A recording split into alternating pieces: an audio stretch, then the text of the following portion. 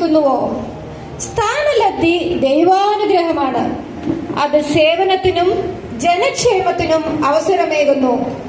അത് അവഗണിച്ചാൽ അധികാരം കയ്യിലുണ്ടെങ്കിൽ എന്തുമാകാമെന്ന് ധരിക്കുന്നവരുടെ മുമ്പിലേക്ക് ഒരു ജീവിത പാഠം ഞങ്ങൾ അവതരിപ്പിക്കുന്നു.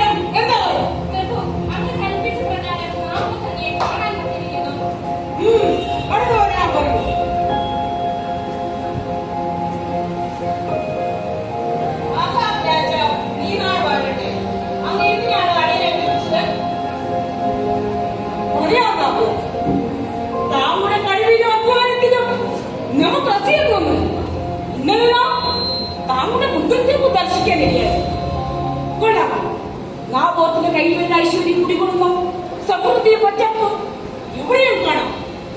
നാം സന്തുഷ്ടരായിരിക്കുന്നു. അങ്ങെല്ലാം യഹോവയുടെ കാരുണ്യമാണ്. അടിയനവിടുത്തെ ഒരു ഉപകരണം മാത്രമാണ്. അപ്പോൾ താങ്കളുടെ ദൈവഭക്തനും കൂടിയാ. നന്നായിരിക്കുന്നു. ആ ബോധനെ ബുദ്ധിയിൽ തൊട്ട് നമ്മുടെ മനോമുകുരങ്ങളിൽ കളിത്താർത്തി മറക്കാവുന്ന സ്വപ്നം പോലെ അങ്ങ് പറഞ്ഞു വരുന്നത് അടിയൻ നാം എന്ത് പരിപാടിപ്പെടുത്തല.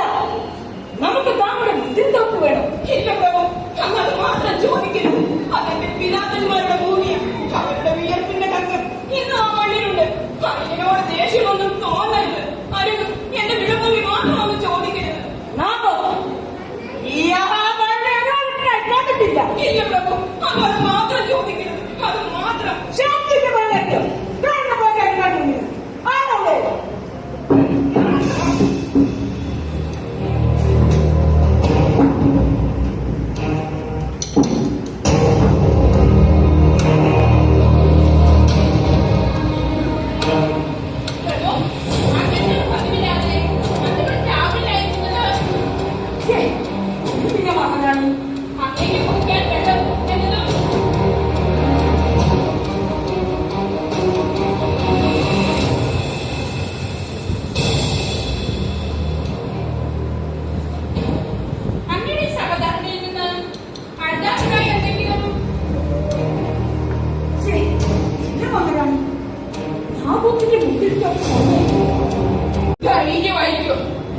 എന്താ വേണ്ടെന്ന് എനിക്കറിയാം. അങ്ങനെ കൈകള ആ മുദ്രമോതിരം ഊരി തന്നാലും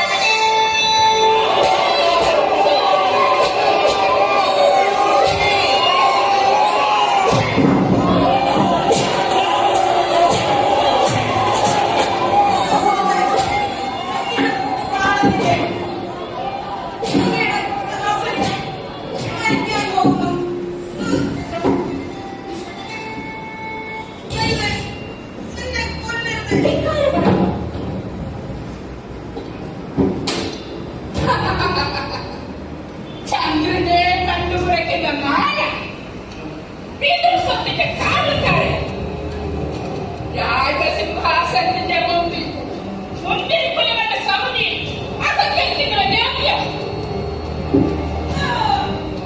മാറ്റൂ ഈ നീതി കേട്ടെ.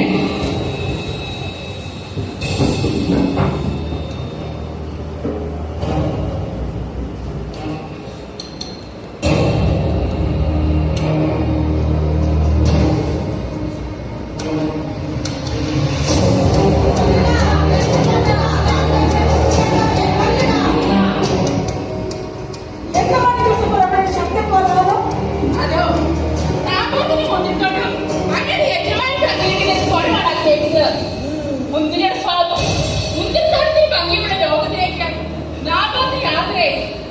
ഇനി മുതൽ നാഗോത്തിൽ മുന്തിരിത്തോട്ടം ഭംഗിയുടേതാണ്. അങ്ങനെ സന്തോഷമായില്ലേ?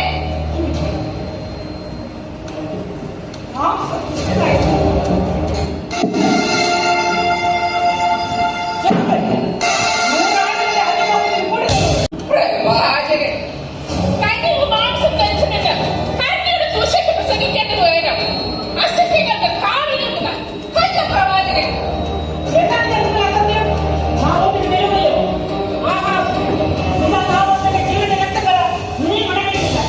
അവന്റെ രക്തം നദി കുടിച്ച നായ്ക്കളുടെ ആരാധനയ്ക്ക് ആരോ അടങ്ങിയിട്ടില്ല. ഇസ്രായേലിന്റെ ദൈവമായ കർത്താവ് അരുളി ചെയ്യുന്നു, നാബോത്തിന്റെ രക്തം നായ്ക്കൾ നക്കി കുടിച്ച അതേ സ്ഥലത്ത് ആഹാവോ നിന്റെയും രക്തം നായ്ക്കൾ നക്കി കുടിച്ചു.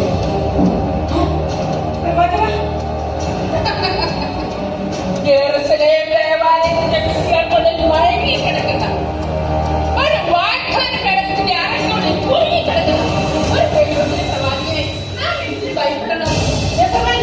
ഉള്ളിലുള്ള അവതാരങ്ങൾ തിന്മയായിട്ട് നിനക്ക് വരും. കാരണം രക്തം കൊണ്ട് നീങ്ങാൻ തിന്മയുടെ ഫലമാണ്. കർത്താവ് അരുളി ചെയ്യുന്നു, ഇസ്രായേലിന്റെ അതിർത്തി പോയി വെച്ച് ജസബേൽ നിന്റെ മാംസം നായ്ക്കൾ ഭക്ഷിക്കും. അവതാരമായ പ്രവാചക ദുഷ്ട പ്രഭാവങ്ങൾ നിറഞ്ഞ നിന്റെ തല ഞാൻ പോകുന്നു. ഇതാ നാശത്തിന്റെ നെയ്മറമെടുക്കും. ശ്രദ്ധിച്ചാൽ നിങ്ങൾക്ക് അത് കേൾക്കാം.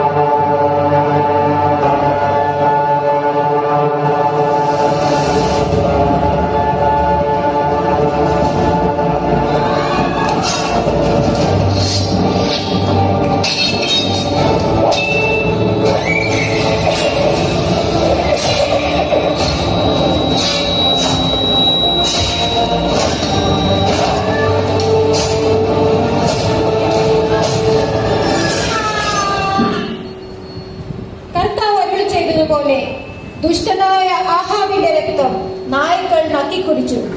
വർഷങ്ങൾക്ക് ശേഷം രാജ്യത്ത് നടന്ന ആഭ്യന്തര യുദ്ധത്തിൽ ജസബലും വധിക്കപ്പെട്ടു.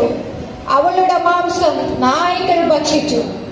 ദുരാഗ്രഹത്തിന്റെയും കർത്തൃനിന്ദയുടെയും മറപിടിച്ച ആ ജീവിതങ്ങളിൽ സ്വയം വരുത്തിയ ശാപഗ്രസ്തയുടെ അശ്നിപാതം.